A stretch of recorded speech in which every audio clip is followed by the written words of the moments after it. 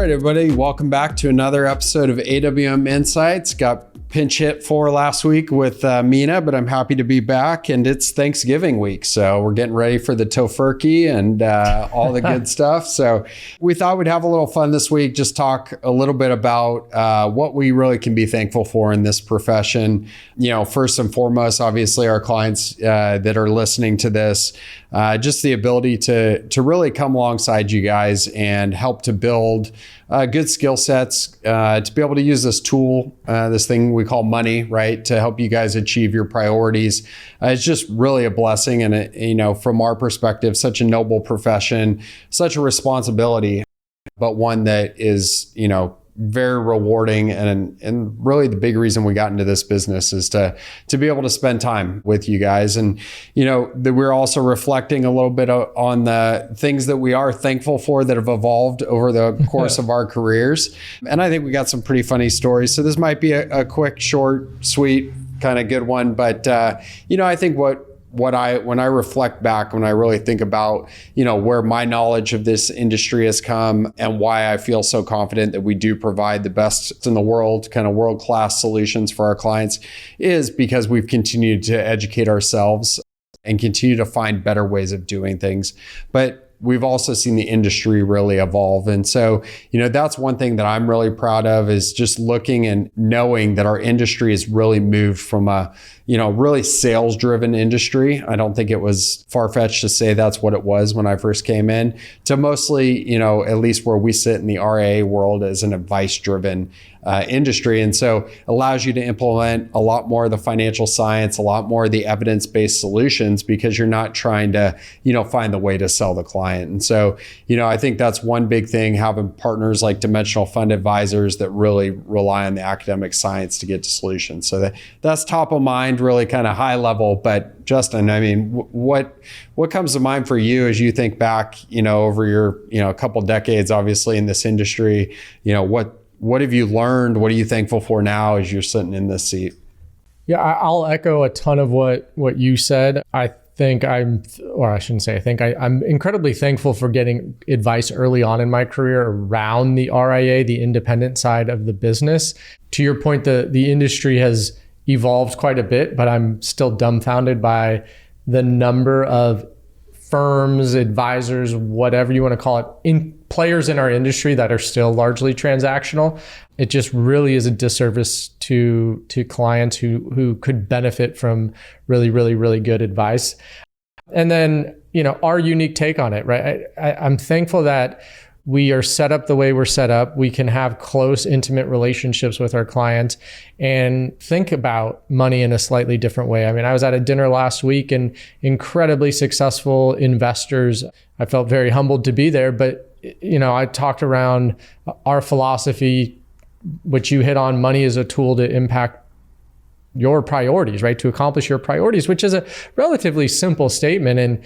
But when it's framed in such a simple way, it really, you see these people who potentially look at money in a slightly different light go, oh, wow, you know, like that's actually really meaningful in a nutshell. And so I love that. I'm super thankful that we collectively have a team that believes in that. Every day they come to work in service of our clients.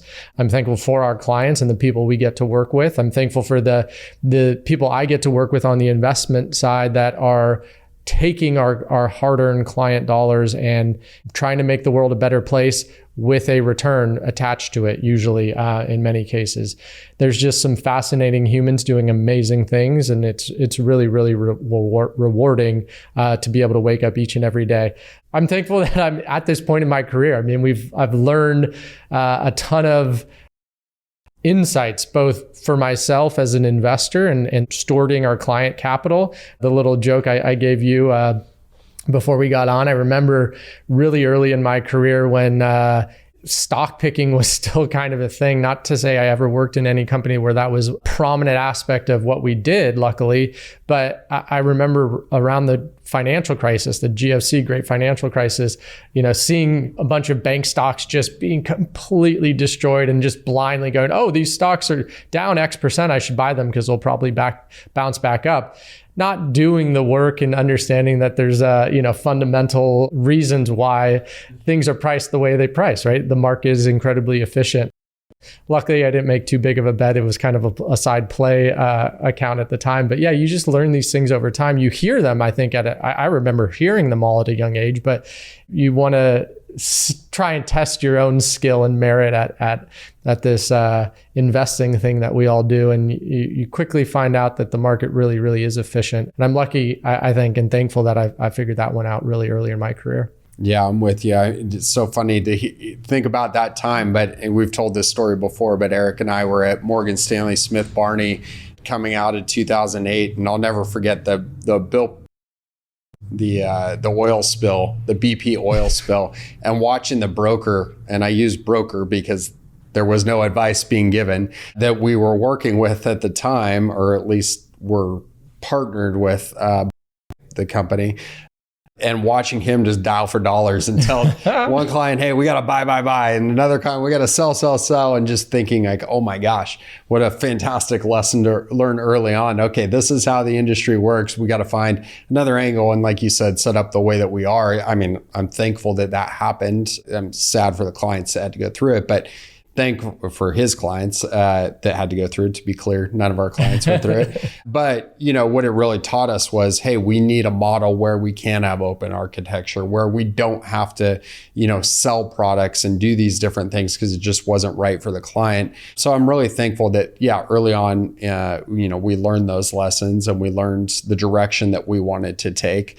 And I'm thankful that we've learned a lot of different structural things over time, that we want to always be employee owned. I think that's unfortunately become super unique in our space, but I'm really extremely thankful for it because, I think without the lessons early on and watching other firms go through different challenges, being part of study groups through Dimensional and some other places, and having, some really the wisdom of other leaders be able to share with us, hey, if you can maintain this is really fantastic. Just allows you to reinvest everything back into a really client-focused firm and keep the client at the center, keep the human at the center. So, when I think back on these little lessons, I think they all have really added up, and I'm super thankful that we've had all those, because it's also helped us to build the team that we have. I was in an interview for a new wealth strategist this morning, and that was a really humbling thing to have one of our wealth strategists, Chase, in that meeting and describing what he's, goes through on a daily basis, and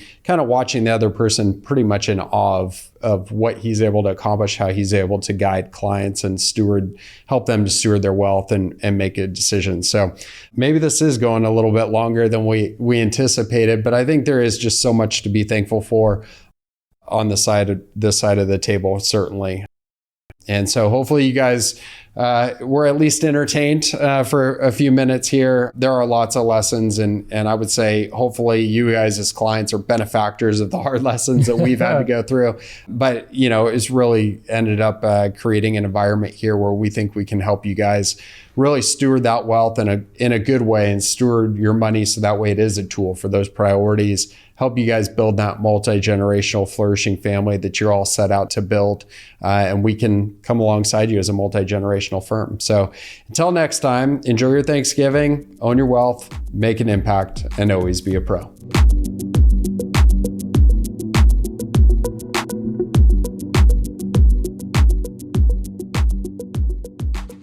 The information in this podcast is educational and general in nature, and does not take into consideration the listener's personal circumstances. Therefore, it is not intended to be a substitute for specific, individualized financial, legal, or tax advice.